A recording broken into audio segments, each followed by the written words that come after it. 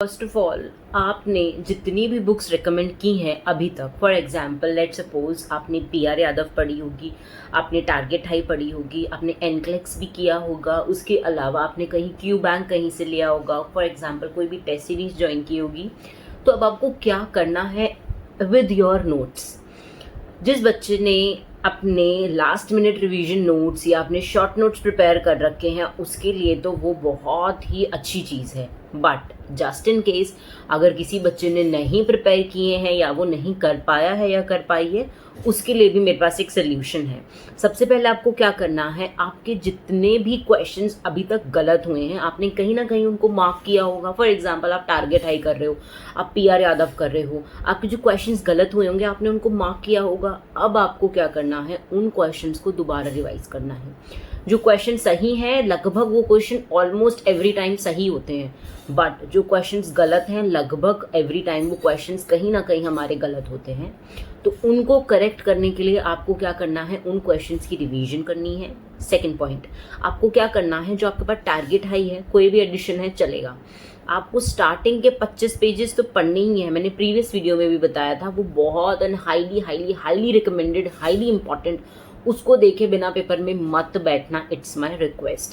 Secondly, target high में हर unit के बाद ना एक गोल्डन पेज होता है। मैं यहाँ पे एक photo just for your recommendation I paste it here, वहाँ पे ना गोल्डन पॉइंटर्स करके पेज होता है, वो पॉइंटर्स भी आपको पढ़ने हैं। उन पॉइंटर्स में से प्री में बहुत सारे क्वेश्चंस आते हैं। अगर आपको छोटी छोटी चीज़ें वहाँ से क्लिक हो रही हैं तो पेपर में भी छोटी छोटी चीज़ें आपको बैठ के क्वेश्चंस को देखने के बाद क्लिक होंगी ही होंगी।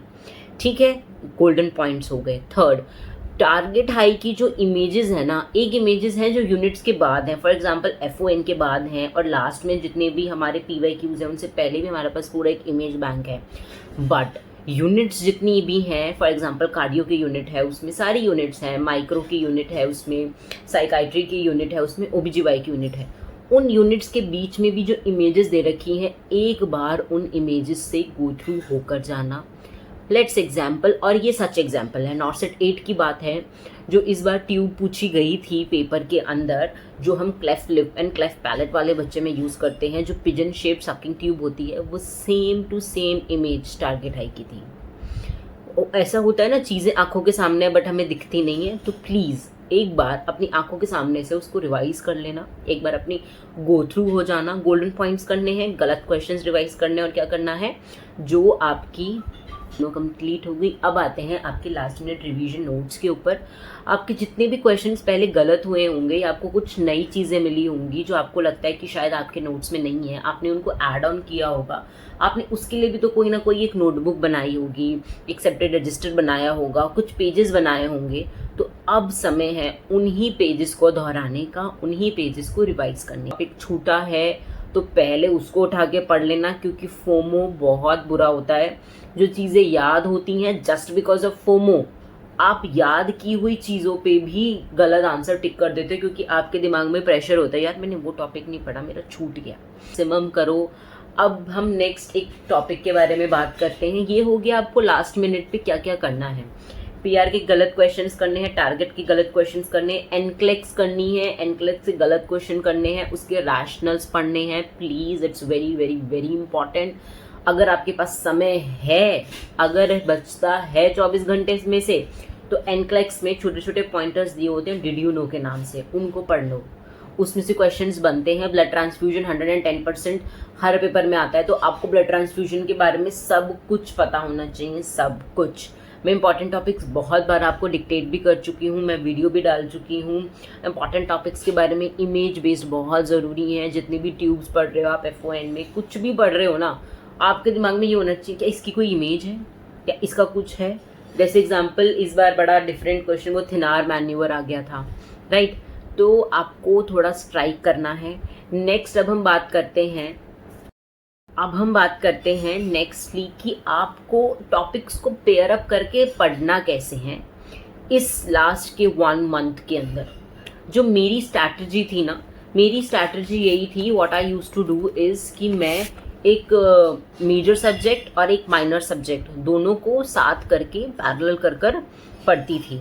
फॉर एग्जाम्पल, ये मेरी एक छोटी सी पर्ची सी है, अगर दिख रही है तो I think it's not focusing, मैं यहाँ पे पेस्ट कर दूँगी इसको फोटो में। मैं तो मेजर सब्जेक्ट के साथ पेयर कर लेती थी। फॉर एग्जाम्पल मैंने पेयर कर रखा था MSN एंड मैनेजमेंट। MSN में करती थी और मैनेजमेंट, हाँ थोड़ा सुनने में अटपटा लगेगा कि मैनेजमेंट और MSN तो इतना बड़ा है, but somehow I used to manage, क्योंकि मैंने MSN को भी फर्दर पार्ट्स में डिवाइड करके पढ़ा है कि मैं कार्डियो पढ़ रही हूँ, मैं एंडो पढ़ रही हूँ, मैं रीनल पढ़ रही हूँ, मैं न्यूरो पढ़ रही हूँ। तो मैंने उस पार्ट्स में डिवाइड कर करके पढ़ा है, ताकि मुझे लास्ट में ये ना हो कि इतनी बड़ी MSN है, मैं तो एक दिन में नहीं ख़त्म होंगी, और ऑब्वियसली वो कोई भी एक दिन में नहीं ख़त्म कर सकता है। नेक्स्टली मैंने सर्जरी को रिसर्च के साथ पेयर किया था, OBGY को बायोकेमिस्ट्री के साथ पेयर किया था, मेंटल हेल्थ को एनाटॉमी थोड़ी सी अपर पोर्शन तक जो थोड़ा सुपरफिशियल है, नॉर्सेट एनाटॉमी नहीं पूछता। उस टाइम मेरा एक और पेपर था PGI-CH का, तो मैंने उसके लिए एनाटॉमी पढ़ी थी और उसमें एनाटॉमी के क्वेश्चंस आए भी थे। उसके बाद मैंने FON को पेयर किया था माइक्रोबायोलॉजी के साथ, और मैंने पीडियाट्रिक्स और फार्मा एक एक दिन के लिए ही रखा था कि मैं अगर मेरा पीडियाट्रिक्स लेट सपोज मेरा पीडियाट्रिक्स जल्दी ख़त्म हो गया है, मैं आपको ये भी बताऊंगी कि मैंने कितने घंटे पढ़ाई की है। मैं एक नेक्स्ट वीडियो बनाऊंगी एक स्केड्यूल प्लान के लिए कि स्केड्यूल कैसे करना है अपना प्लान। ये तो मैं आपको पेयर करना बता रही हूँ अपने सब्जेक्ट्स जो मैंने किए हैं। आपके लिए माइट भी पीडियाट्रिक्स कोई मेजर सब्जेक्ट होगा, मेरे लिए वो शायद एक माइनर सब्जेक्ट था, तो आप उस हिसाब से देख लेना।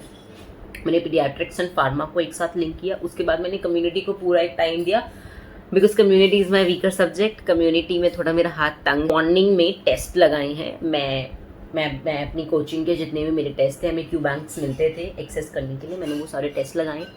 एंड रात को जब मेरा पूरा एक जो मेरा स्केड्यूल्ड प्लान है वो वाइंड अप हो रहा है, तो मैंने रात को 2 to 3 PYQs किए हैं सेल्फ, कि अब मेरा पूरा दिन का हो गया, मेरी थ्योरी भी होगी, मेरी क्वेश्चन प्रैक्टिस भी होगी, मॉर्निंग में उठते ही मेरा टेस्ट हो गया, अब रात को मुझे 2 से 3 PYQ करने हैं।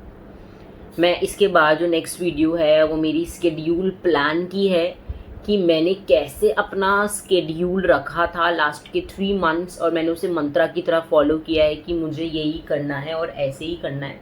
उसके बाद जाके मेरी चीज़ें हुई हैं, मैं वो आपके साथ ज़रूर शेयर करूँगी। मैं 2 प्लान शेयर करूँगी, एक मेरा जो मेरे को भी लगता है कि बहुत स्ट्रिक्ट था, और एक थोड़ा सा लीनियंट कि हाँ ठीक है अगर इतना भी होगा तो चल जाए। उनको पढ़ो, बाय लाइन नहीं पढ़ने हैं नोट्स, अब बाय लाइन पढ़ने का समय नहीं है।